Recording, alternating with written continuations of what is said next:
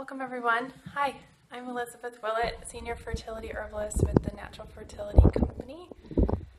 We are the naturalfertilityshop.com and naturalfertilityinfo.com. I come on Thursdays to talk to you guys here live on Periscope, so welcome everyone who's joining. I gotta get my light right, so I'm gonna move my phone around a little bit here. Hi, welcome. All right, if you joined last week, you heard me talk about carrots.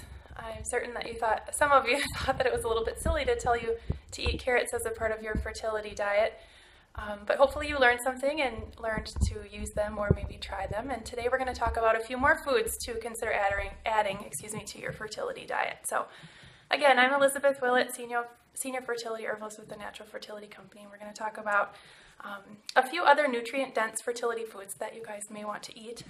I bring it up now because a lot of them are in season and affordable.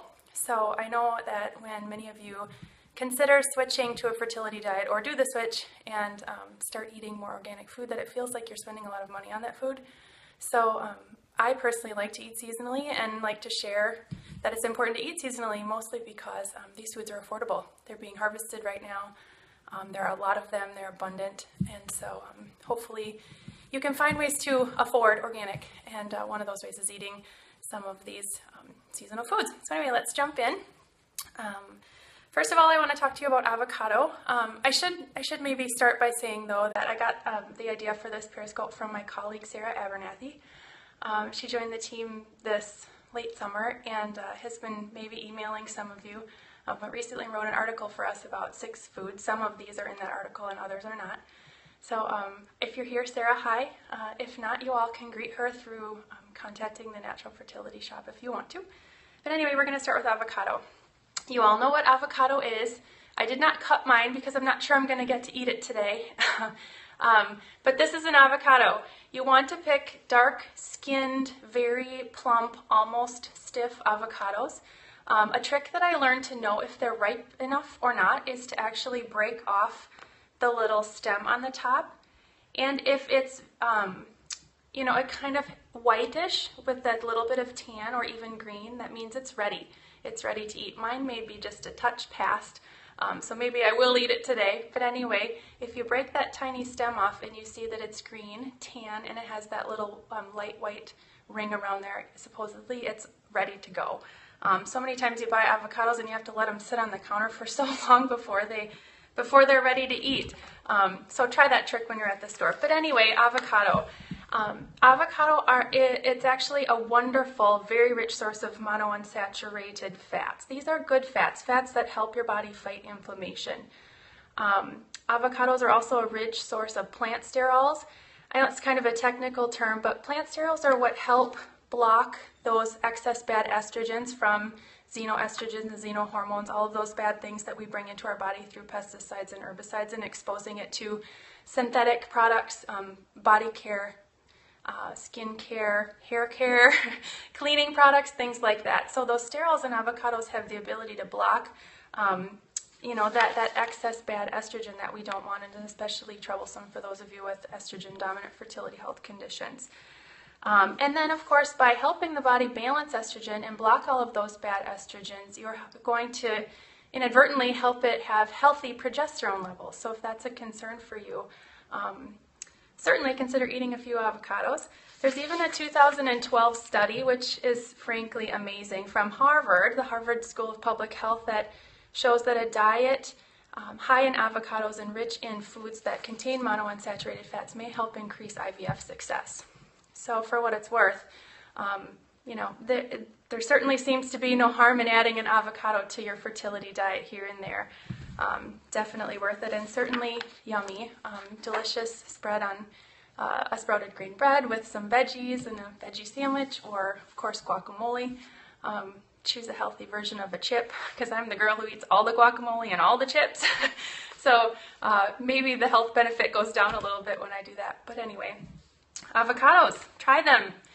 Next, I'm going to talk about yams. Now, these are the sweet potato yams. Sweet potatoes and yams like you have at Thanksgiving, not wild yam, from which they make some progesterone creams. But anyway, these are yam and sweet potato. They're often this really long, sort of funky shape.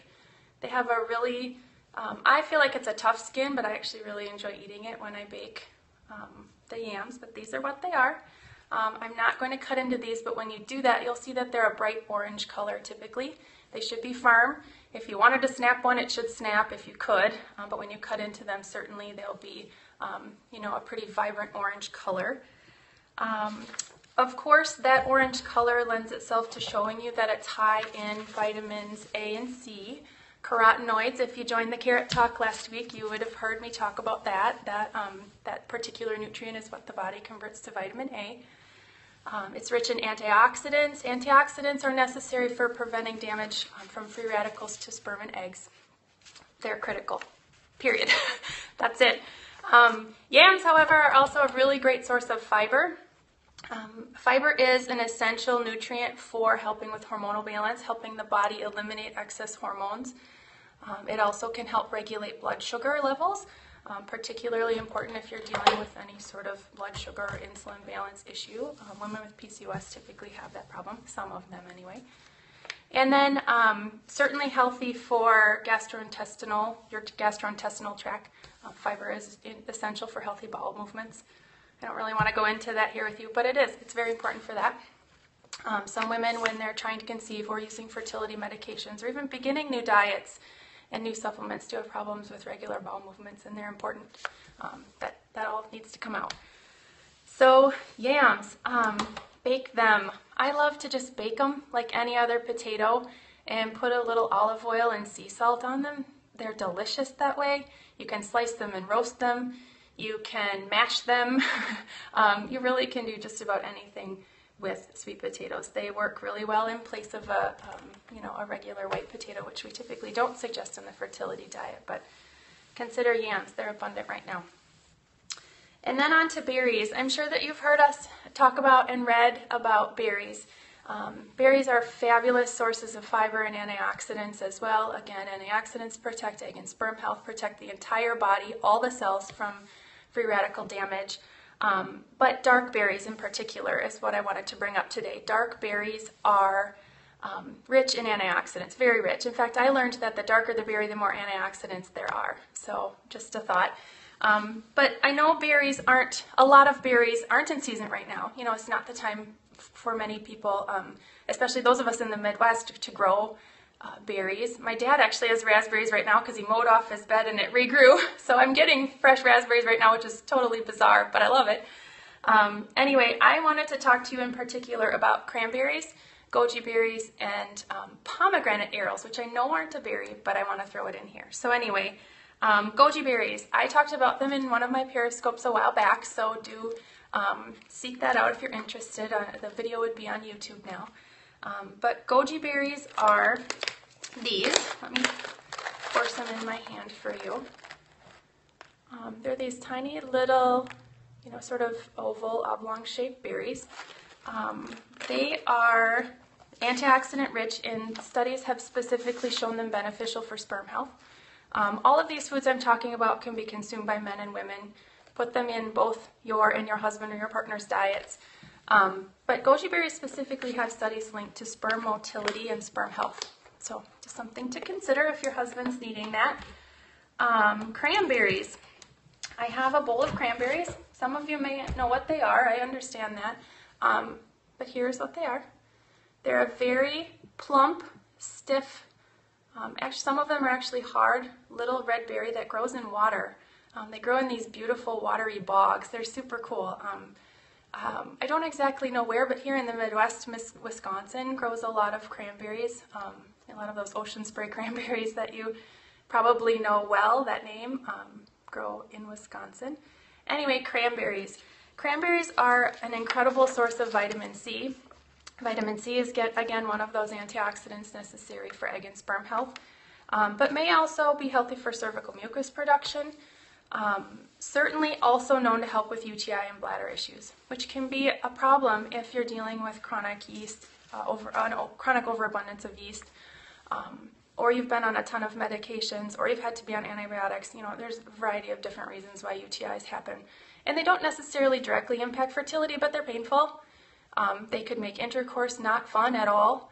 And they can make you have to stop your fertility journey or some things that you're doing temporarily to address them and then keep moving on. So it seems to me, this is kind of just my opinion though, that unfortunately women who have UTIs have them repeatedly and regularly, which could be, I can't imagine. What a huge bummer. But anyway, cranberries, super easy. You don't probably want to just pop one of these into your mouth.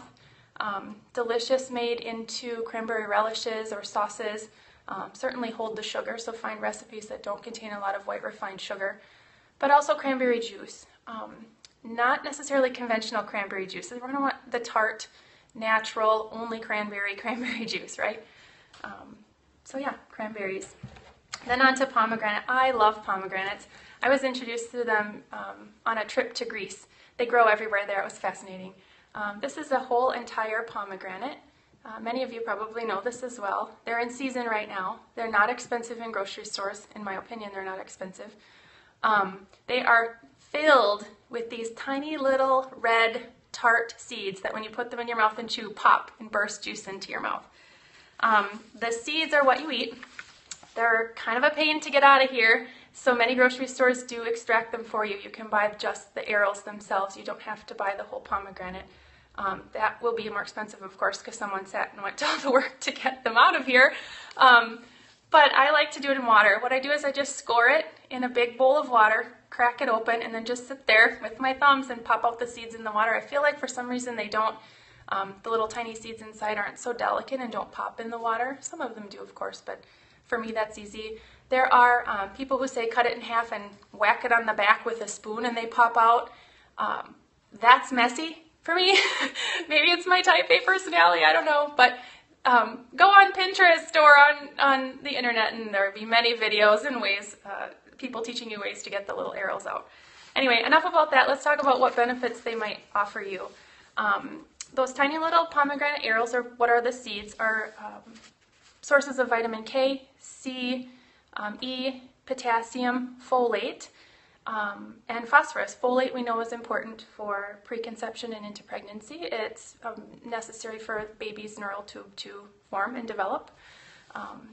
Also, of course, certainly in that berry category, although not a berry, rich in antioxidants. And in many cultures, pomegranates are associated with fertility because of all of those seeds. Because of their many, many seeds. That is its association to fertility. But beyond that, there are actually headlines that have shown that there is potential for it to be kind of aphrodisiac, so to speak. I've read headlines and people who are writing about how it could be the natural Viagra. I don't know that. I'm not making that claim. I guess I personally don't feel that when I eat pomegranate seeds. My energy levels go up. My sexual energy levels go up, but my mood increases. I love them. I love them on yogurt. When they pop in your mouth, it's like, oh, happiness. Anyway, nonetheless, headlines are touting them as the natural Viagra, or to have a possible Viagra effect. But studies have actually shown also that pomegranate arils or seeds are helpful for lowering blood pressure or supporting healthy blood pressure, mood, and for a temporary, if you drink the juice or eat the seeds, temporary and quick increase in testosterone, which of course then leads to heightened moods and can increase sexual desire. So that's where that whole libido piece comes in for pomegranates. But then studies have also shown that pomegranate juice can be beneficial for increasing blood flow. Someone just asked about pomegranates and uterine lining and the correlation. That may be the correlation, there's potential for the juice to increase blood flow to the reproductive organs, throughout the body, but the reproductive organs because we're focused on fertility, but also to male reproductive organs, so it can be supportive of erectile function and for impotence. So that may be what, I didn't see the question about uterine lining, but anyway, that may be the correlation. So pomegranates, if you're so inclined to try to get the little seeds out, once you do, it's super fun. I personally prefer them on yogurt. You can just pop them in your mouth and eat them, but I love them on yogurt with some nuts and berries. There's just something about that little tart pop of juice with the richness of the yogurt. That's yummy. But you can put them on salads. They're great with some sort of berry vinaigrette and greens. All sorts of recipes out there, I'm sure, about pomegranates. And you can actually buy the juice, too. There are companies that make the juice.